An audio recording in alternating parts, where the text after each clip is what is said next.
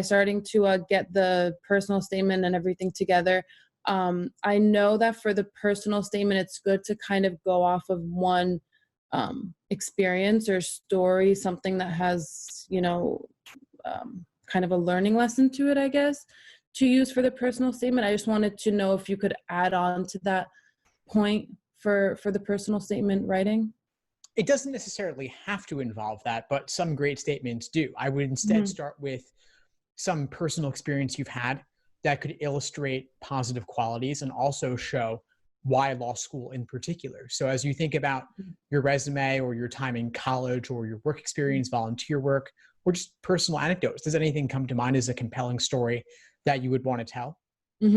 Yes. So I went to grad school after undergrad. So I did kind of want to use something from that to write the personal statement, I guess, just in terms of, building on to undergrad experiences, building on to undergrad education, to kind of use that to stand out in a way. But other than that, I don't really know what more to add from there.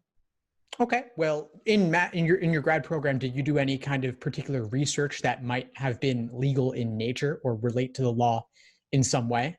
No, so it was a master's in English literature. So it was more so like I did write a thesis at the end, kind of like as a culmination to the program, but nothing was legal in nature. Okay. Well, I'm speaking very broadly here because there are things like analyzing difficult, dense text, drawing connections between things, interpreting situations in terms of general principles. Right. That's what I wanted to kind of go off of for sure, because that's, what I excelled at for those 2 years and what I kind of polished and perfected. So I did want to use that probably to kind of, start up the personal statement. Yeah, you could certainly do that. Yeah. Okay. I think, and then in terms of, I wanted to ask other questions kind of about, is it okay if I ask other than the personal statement? Yeah, sure. So I also, like I said, I went to grad school, and so my letters of recommendation, could they be from grad school professors? Sure, absolutely. They can be from professors and they can also be from employers. It's good to have a mix if you can, but the academic is actually a little bit more important a lot of the time because law school is academic in nature. So the professors rather than the employers? No, I'm saying that both are good. If you can get one of each or two of one type and one of the other, that's great. Okay. But overall, the academic is typically more important because law school is academic in nature. Okay. And then I wanted to also ask about, I see a lot about the diversity statement on the Facebook page. What kind of is that? So for me, it's kind of, I saw some students talk about, they're the first generation here to go to higher education, and they, immigrant parents and that type of story. So do you think that the diversity statement kind of adds a good dimension to the application, something that I should write if I kind of fall into that category of first generation here? Should I add that to my personal statement? I wasn't sure how much of a mix of topics I should also add to the personal statement. Like if I should just keep it in terms of my academic experiences, or could I add in like, I'm first generation here, my father opened up a business in the States, and I had a lot of experience with that business as, when I was young? Or do I kind of keep it as a straight line, one narrative? I would keep it more as a straight line. If you start mixing in everything, then it can become a little bit disjointed. Right. And you don't have that much space. So I would keep them separate. I can't see an obvious way in which like your personal background with your father's family business relates that much to what you did in your grad program, right? Like they're not that connected. So I would keep them separate. Use the diversity statement as a place to talk about that. And the diversity statement, initially, of course, it had a certain intention to particularly be a place for underrepresented groups to have a voice.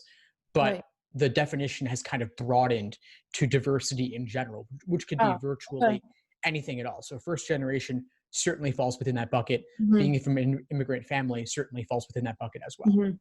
Okay. So so I could use diversity statement kind of as different than what's in the personal statement. Certainly. Another question I want to ask, personal statement kind of could be the same for all schools, or should I change something for a particular school for that application in the personal statement? Generally speaking, there's no reason to use different versions for different schools, and that can kind of overcomplicate things if you were to do so. Mhm. So unless they're asking very different things, which they typically don't, I think you can Okay. typically just use the same one for all. Okay. Okay. And then I wanted to ask about the addendum for low LSAT. Sure. You think that's also worth putting in there? Well, tell me more about it. So I studied it a long time for the LSAT, and I think it's, like it's done, that's it. Like, score is what it is, and I don't think it's practical for me to take it again. So I just don't know what people say. I don't want to write something where I'm making excuses for the low LSAT. I did what I could kind of thing. So what more do people write for an addendum for a low LSAT other than, like, what is there to write? Like, where do you start with a document like that, I guess? Sure. Well, if you don't have much to say about it, then I just wouldn't write one. Mm-hmm. Their answer will typically be, well, retake. The numbers, Right. the numbers are the numbers. Right. Okay. However, if you had low SAT or ACT scores that did not reflect your undergraduate GPA, or let's say for your master's program, did you take the GRE for that? Yes. And was your GRE lower than your ultimate grades might have reflected? Yes. Okay, so there you have an argument. You can say, I'm not that great at standardized tests. I took the GRE. I was in this low percentile, yet my GPA was much, Right. much higher. Right. So therefore, my grades don't always reflect my potential.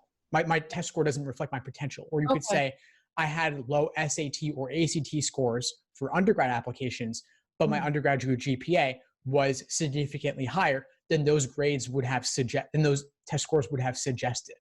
Right. Okay. Okay. There you have a compelling argument, and you could write Right. that. Okay. I think I could, that could work for me. Yeah. Okay. I think, just looking at my notes, personal statement length is usually 2 pages, or is that on the application? Is that detailed on the applications themselves? Yeah, they will detail it, but a good general guideline is 2 pages, double spaced. Okay. And of course, 12-point font, don't mess with the margins, nothing like that. Very straightforward. And I would recommend writing a rough draft of approximately 3 times that length, just free writing it, not editing while you write, and then later cutting it down so that it's jam-packed full of important information. Okay. I think that's it. Awesome, Carol. Well, thank you very much, Steve, for everything. Of course. Before we sign off, what would you say is the biggest insight you got from our call today? I think the biggest insight is just clarification of things I had no idea about before. The letters of rec, the personal statement details, just also personal statement, kind of making sure that the point is, you're talking about law school. As you said, it's kind of having a straight line narrative, not going into other things, which I wasn't sure how to structure the personal statement. So your answer to my question about adding in other stuff, saying that it's better to stay consistent with the topic, was, I think, the most insight from today. Awesome. Well, keep in touch and let me know if I can help in any way moving forward. Thank you so much, Steve. My pleasure. Take care. Thanks for tuning into the show. Please subscribe if you haven't done so already to be notified of new episodes as I release them. And feel free to reach out if you need anything at all as you move forward with your prep. I'm happy to help however I can. In the meantime, I'll wish you all the best and take care.